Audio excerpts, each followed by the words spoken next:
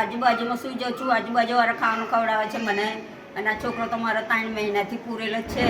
10,000 વ્યાજ આપું છું મહિનાનું.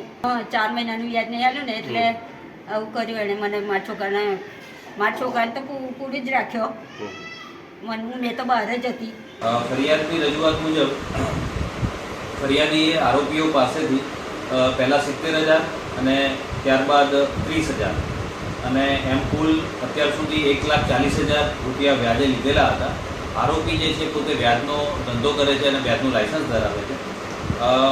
આમાંથી અમુક પૈસા અમને પરત આપેલા, પણ તેમ છતાં જે આરોપીઓ છે એમની પાસેથી સતત વ્યાજની ઉઘરાણી કરતા રહેતા અને તારીખ 14/7ના રોજ રાતના 9 વાગે નરેન્દ્ર દાવા ફરિયાદીના ઘરે આવીને તેમના દીકરાને માર મારવાની ધમકી આપીને જતો રહ્યો અને ત્યારબાદ એના ઘરમાં ફરિયાદીનો જે માનસિક રીતે દિવ્યાંગ દીકરો છે એને ઘરમાં પૂરીને બહાર તાળું મારી દે.